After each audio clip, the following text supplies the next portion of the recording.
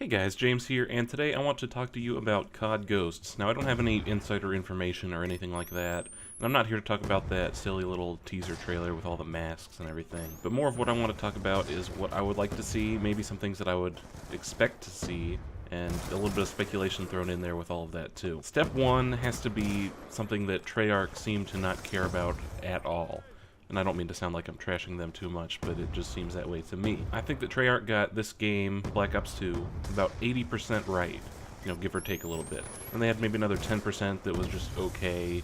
That'd be like the pistols or maybe the snipers or shotguns, depends on who you ask. But then they just completely screwed up on the most important 10% of the game, and that's the part that makes the game actually work. I don't know what you would want to call it, but just the lag that combined with some other issues, hit detection, camera angles, all that sort of stuff. And even really simple stuff like on PS3 they don't have an invite-only party system. I've never had anything bad happen to me because of that. But just think about that. If you actually run an active party, you kind of have to leave that open. And so some idiot that is trolling you one game, he could just keep joining and joining again, and there would be nothing you could do about that. So really I just think that they need to get their priorities straight as far as that is concerned. And overall, Infinity Ward, or the entity formerly known as Infinity Ward, they've seemed to do a better job of that. They've always had a game that worked and worked incredibly well, but then they've been plagued by the glitches, the other things like that, exploits in the game, one-man army noob tubes, you know, garbage like that is what's plagued them more. But their game runs beautifully. If you get into a game where no one's abusing things, their game is amazing. So moving on now to some more concrete sort of in-game ideas, I think they should stick with the 3 Killstreak classes that they had in Modern Warfare 3, but they need to do them right. First thing they need to do with that is just completely take out anything in the support class that will kill someone. Just take out anything that's game-changing like that in the way of actually killing people.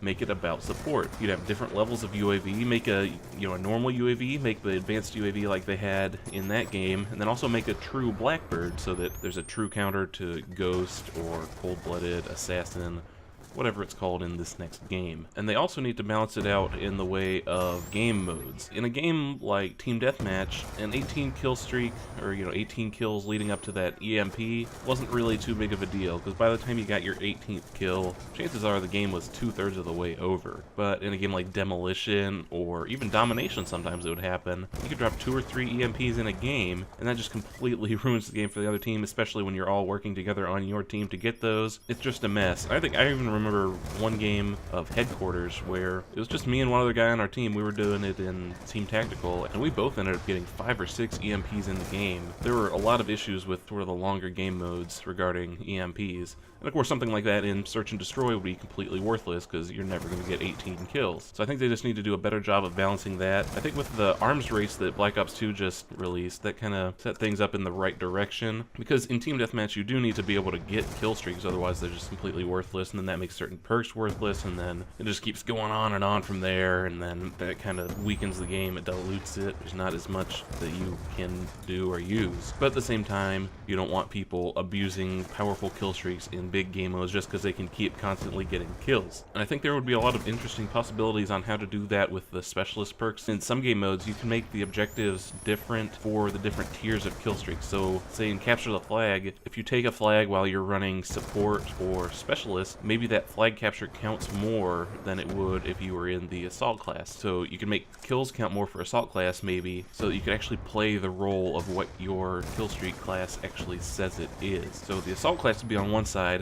support class would be on the other side, and then the specialist package would melt between the two almost. It would have some properties of each. And that's just a simple idea. I'm sure there'd be a lot of things that you'd have to work out with that. At least test things to make sure that they wouldn't become too overpowered based on that. As long as they do something to sort of balance between game modes, I think that's actually a great idea. The next thing I think they should do, and this might not be the most popular thing, but I think there should be more co-op experiences in the game. Now, Modern Warfare 3 had a lot of opportunities where you could go play their little missions, but I think it should be more in the style of like an actual campaign, not the same way that the single player campaign is, where it's, you know, this big, grand, epic thing. Sort of make the missions matter, make there be a central storyline, something that you fight through, you know, make it more than one teammate, make it up to like 4 players, make it almost like zombies, where you can just fight through this storyline together, and that'd be a great experience. That'd even be something that could make it so that their game is more playable. Maybe in the early months it'll still go through those issues where there's lag and, you know, the servers don't work quite right and all that sort of stuff. So maybe if they put in a co-op experience that was actually sort of a cohesive unit type of thing,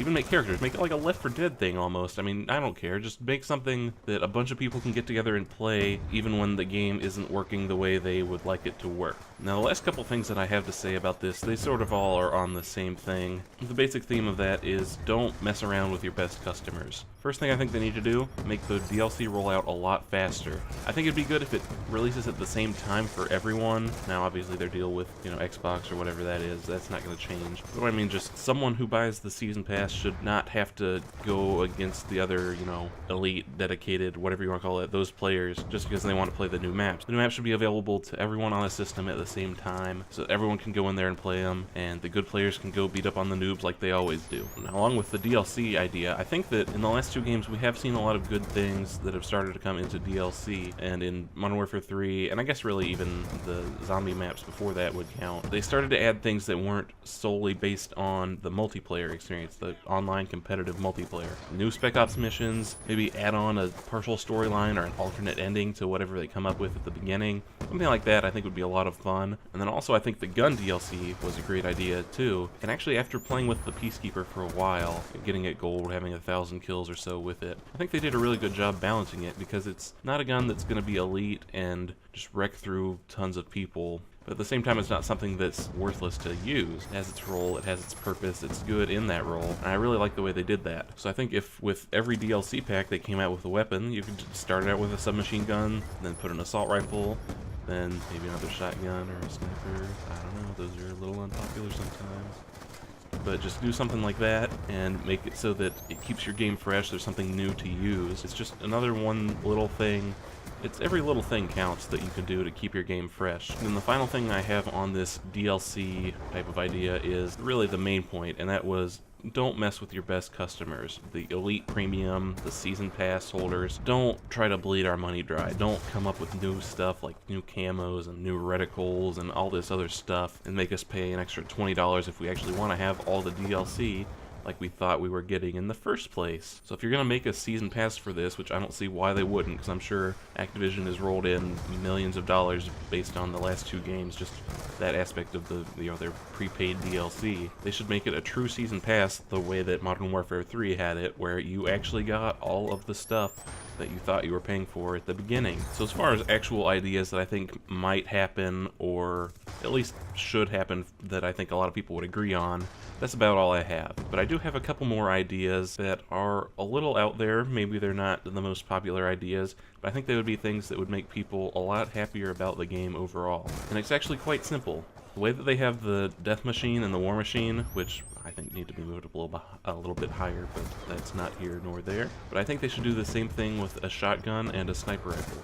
Take shotguns and snipers completely out of the game, except for as kill streaks. That way, if you want to be a trick shotter, you want to trick shot, you got to get a kill streak. Capture C, capture B, get a few kills, and then you'll get your Barrett 50 cal. Full auto kill from the head. I mean, make it from the knee up. Like, who cares? Just make it something that you don't get right as you spawn that does that you can spray everywhere and all of that stuff. And then do the same thing with the Spaz 12. Perfect way to do it. Just basically make those guns like the Spaz 12 and the Barrett 50 cal with stopping power from Modern Warfare 2, but make them relatively high kill streaks. Make that a little bit higher than an airstrike. So you gotta get 6 or 7 kills for an airstrike, make it 9. 9 kills gives you a Spaz that you can use your next life if you want. And then make those the way that they do like the War Machine kills or the Death Machine kills, make them less so that you don't get a higher kill streak just based on having this overpowered weapon. And then it's a kill streak, so you can't really complain too much about being a gun being overpowered as a kill streak. I mean, what would the point be if it wasn't? But anyway, guys, that's all of my crazy ideas for today. Hope you guys liked this video. Let me know what you think in the comments, maybe things that you think should be in the next game, and have a nice day.